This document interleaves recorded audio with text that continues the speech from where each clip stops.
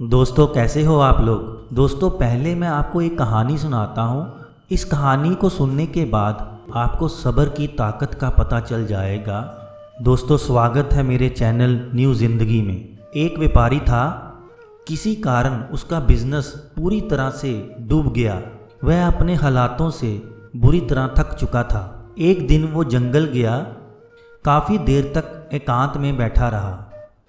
काफ़ी देर तक सोचने के बाद भगवान से उसने पूछा, हे भगवान, मैं हताश क्यों ना हूँ, मेरा सब कुछ खत्म हो चुका है, मैं हार चुका हूँ। फिर भगवान ने जवाब दिया, तुम इस घास और बाँस के पेड़ को देखो।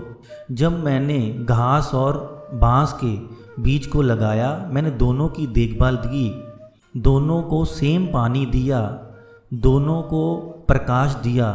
घास बहुत जल्दी बड़ी होने लगी और इसने सारी धरती को हरा भरा कर दिया। दूसरी ओर बाँस का बीज वैसा का वैसा ही रहा, पर फिर भी मैंने अपनी हिम्मत नहीं हारी। मैंने हर साल उसको पानी दिया, प्रकाश दिया। ऐसा मैं 5 वर्षों तक करता रहा। फिर भी बाँस के बीज में कोई वृद्धि नहीं हुई।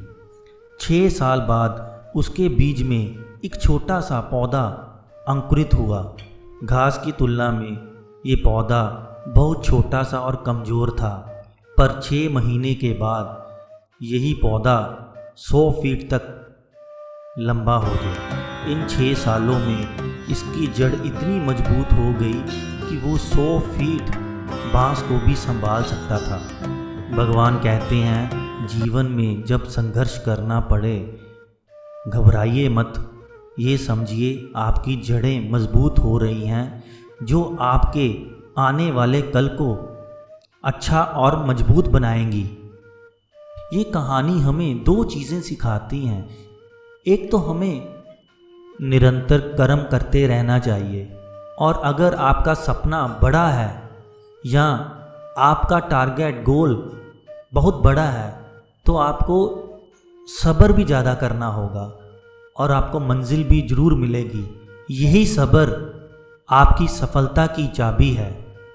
गीता में भी जब अर्जुन को भगवान श्री कृष्ण संदेश देते हैं, हमें निरंतर कर्म करना चाहिए और हमें फल की इच्छा नहीं करनी चाहिए। परिस्थिति कैसी भी हो, हमें निरंतर कर्म करते रहना चाहिए। हमें हर सिचुएशन में निरंतर कर्म करना चाहिए। हमें फल की इच्छा को ना देखते हुए हमें सिर्फ अपने कर्मों में ध्यान देना होगा। इसी तरह आप अपनी ज़िंदगी को सफल बनाओगे। थैंक यू दोस्तों। अगर ये वीडियो आपको अच्छी लगी, हो सके लाइक एंड सब्सक्राइब कर देना।